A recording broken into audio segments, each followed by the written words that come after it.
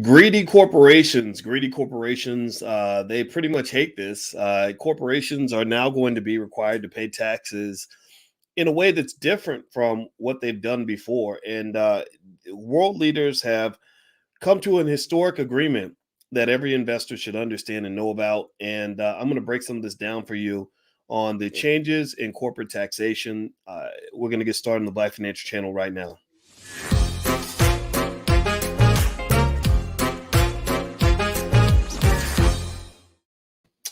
Hey, what's going on, guys? Welcome to the Black Financial Channel. That's theblackfinancialchannel.com. My name is Dr. Boyce Watkins. I am your friendly neighborhood finance professor. On the Black Financial Channel, we talk about Black economics and Black wealth every single day, sometimes as much as 10 times a day under one condition. The condition is that you must be Black first. Black first means that we put our own community at the top of our priority list. B1 also means that we must be one to be successful. Also, B1 means that our children, B1 children, are going to lead the world when it comes to wealth and economics within the next 50 years. If you believe in the B1 philosophy, and if you agree with this, put a hashtag B and the number one in the chat, hashtag B1. And so today we're going to talk a little bit about some changes in corporate taxation that are really going to affect some of these major tech companies, some of these major multinationals. And I'm not going to be here long, but I just wanted to just kind of break this down for you because this is huge. This is a very big deal.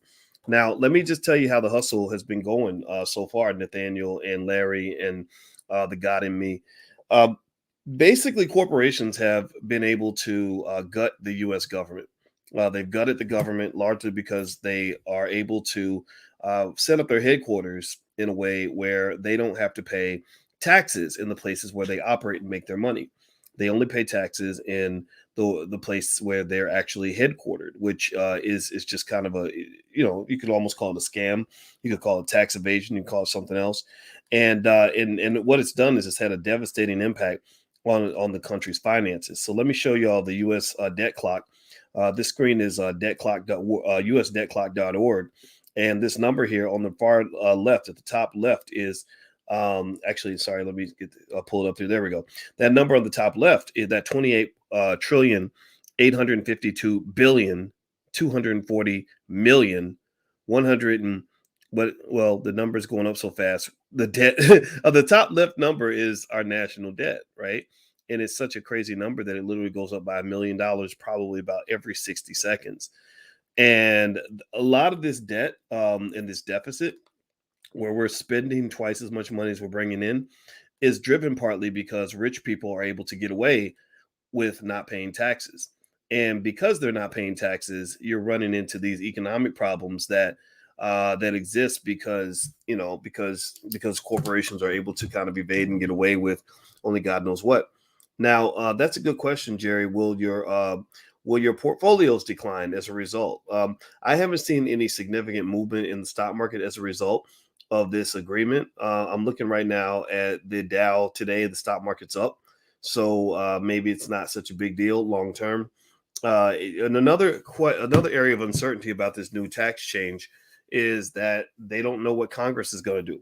Congress may or may not even ratify this. They may not even agree to any of this. So if Congress doesn't go along with it, then the U.S. won't be on board. And I wouldn't be surprised if that happens because the United States has a lot of people in office who work for the corporations, who work to minimize the tax bills for these corporations. Now, so if you want some details, hit the thumbs up button, by the way. Please hit the thumbs up, share, subscribe button on whatever platform you're on. If you want to know some details of this change in corporate tax rates, first of all, the minimum tax rate is now going to be 15%, which is a very big deal. Also, what this minimum tax rate does is it keeps countries from competing with each other. It stops this race to the bottom where corporations are going to places like Ireland, where Apple puts their headquarters in Ireland. And good and damn well that Apple ain't making its money in Ireland. Apple's making its money here. Apple's making its money in Europe. Apple's making its money in places where they should be paying taxes. But they put their headquarters in Ireland because Ireland said, hey, we our effective tax rate is 5%. So you can keep all that money. Also, before there was no minimum, and now the minimum is going to be 15%. You also have to pay taxes in the country where you operate now, and as opposed to just paying taxes in the country where you're headquartered. Next, the biggest companies that will be impacted will be the tech giants. The tech giants, mainly the FANG stocks, Facebook, Amazon, Alphabet, Netflix, and Google, etc. They made probably about a little bit less than $5 trillion in the last decade, maybe a little bit more. And out of that $5 trillion, they paid less than 200 billion in taxes, which is a pretty small percentage of what they should have actually paid. 200 billion is a tiny number compared to 5 trillion. And so a lot of people feel that these companies should have paid a lot more. I mean, think about that, right? You make $5 trillion, 200 billion in taxes. A lot of y'all, think about it like this. If you make 50 grand, in a year, how much of that do you think you're going to bring home? Somebody guess. Give me a number. Guess a number. If I make $50,000, how much am I going to bring home? What about 40, 45, 30, 35? What y'all think? So I don't know. Let's guess 30, right? Let's say I make 50, I bring 35. Let's say I make 50, I bring home 35K, right? So that's a little bit more than 60% is 30K. So let's go with 30K, right? 30 is 60%, right? So think about that $5 trillion number. Well, if you make 5 trillion in profits, you would expect, if you use that same percentage, that 40% of that is going to go toward taxes, then 40% of 5 trillion is $2 trillion. So a lot of these companies are just not paying what they're supposed to pay. They're not paying what they really owe the country, and the country struggles and suffers because they're not paying their fair share, and it ends up harming society at large. Like the government can't do what it needs to do because you've got all these companies making money hand over fist, and they're not giving back what they should be giving back.